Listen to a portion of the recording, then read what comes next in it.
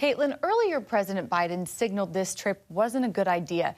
Is the White House now on board? Abby, the new message from the White House is that the Biden administration will support Speaker Pelosi if she chooses to visit Taiwan.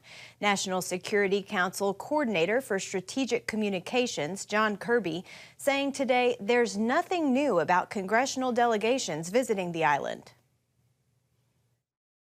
There is no reason for Beijing to turn a potential visit consistent with long-standing U.S. policy into some sort of crisis or conflict, or use it as a pretext to increase aggressive military activity in or around the Taiwan Strait. The subject of the speaker visiting Taiwan also has bipartisan support. Republicans praising Pelosi's long-standing opposition to the human rights abuses of Beijing and determination to support Taiwan. I hope she doesn't back down. As I've said before, though I disagree with Speaker Pelosi on almost every issue, and I won't be sad to see her go come the next Congress, on this issue, she actually does have a long track record, going back to Tiananmen Square, of being willing to criticize the Chinese Communist Party and stand up to Taiwan. Pelosi's travels coincide with the anniversary of the founding of the People's Liberation Army. Over the weekend, Beijing sent a message by conducting live-fire military drills off its coast, just across from Taiwan. Monday, China's foreign ministry spokesman made clear if the speaker visits Taiwan, it will lead to, quote, a very serious situation and consequences.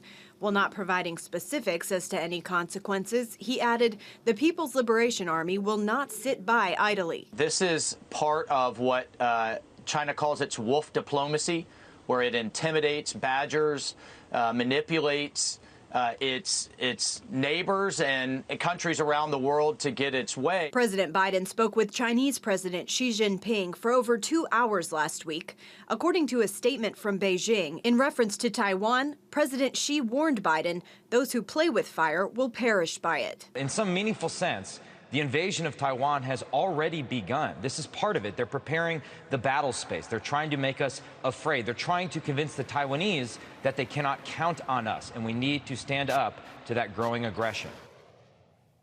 In terms of the timing of a Pelosi visit, there's speculation that she will arrive on the island Tuesday, spend the night, and then hold meetings on Wednesday. The speaker has said the focus of her Asia trip is on mutual security, economic partnership, and democratic governance. Abigail, John. Thank you, Caitlin. And here with us now is Congressman Chris Smith of New Jersey. Congressman, thanks so much for joining us tonight on Faith Nation. Thank you very much for having me on. Appreciate it. Now, on the topic of high tensions with China, we'd be remiss not to bring up that China is one of the worst countries for human trafficking, with forced labor camps and detention. Yes. I know that this is an issue near and dear to your heart. So what do you think the U.S. should be doing to target China for human trafficking violations? Well, we need to do far more. They are a Tier 3 country. I wrote the Trafficking Victims Protection Act of 2000, which is our landmark law, and it ranks countries as to how well or poorly they're doing in the area of prevention, prosecution, and protection. And they are absolute failures on all three. What's happening in Xinjiang with the Uyghurs in the concentration camps, the forced abortion that has led to a huge increase in women being trafficked because of the missing females, something on the order of 60 million over the course of that one child per couple policy. So there's been all kinds of dire, horrible consequences, and we need to be stronger. Biden has been very weak on human rights towards China. He has not spoken out. I mean, you're talking about the trip with Pelosi. I follow ever since we left Afghanistan in such a infamous way and disastrous way. I read the People's Daily and other news media out of China every day in English, and they're constantly saying to Taiwan, America won't have your back in any way, shape, or form. They've already shown their true colors. Yes. Along those lines, you know, prior to, as Caitlin was just reporting, prior to the White House now saying that they would support Speaker Pelosi if she does travel to Taiwan, the president and the White House said it was a potential bad idea. Why do you think the White House isn't doing more to counteract China's belligerence? It's a great question, and there's very little transparency. There are no hearings of oversight with the makers and policymakers from this administration, and that is That just means they're operating in a vacuum.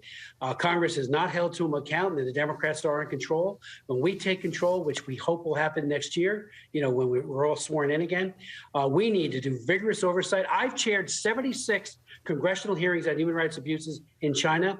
As chairman of the Lantos Commission, I held one just a few weeks ago on the despicable organ harvesting, that was in May, which the Chinese government is engaged in.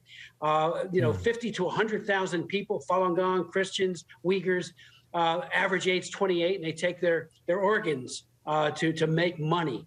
Added to that, under this Green New Deal work and electric cars, I just had a hearing 2 weeks ago, a little over 2 weeks ago, on another despicable practice. In order to get cobalt, which is needed for those what do you call it, semiconductors, for those cars, the mining interests in the Democratic Republic of Congo have been taken over by the Chinese, and they've cornered that market. So this administration, under the guise of environmentalism, is looking askance when it comes to human rights abuses. Same way with solar energy coming out of Xinjiang. Right. So it's just and they know, they being the Chinese, how weak Biden has been his entire career when it comes to human rights. This is just the latest manifestation, and it couldn't come at a worse time. And Congressman, your legislation to combat human trafficking gained rare bipartisan support in Congress last week. What will this new bill do to help prevent human trafficking? Great question. A lot of things. It's a very important bill. It reauthorizes some of the existing programs, and I've written many of those in the original TVPA of 2000. But it goes into the area of prevention, of making sure our school-aged children, in an age-appropriate way, are situationally aware of trafficking, and their teachers, and so we teach the teachers as well as the students K through 12. There's language in there that further expands the international Megan's Law.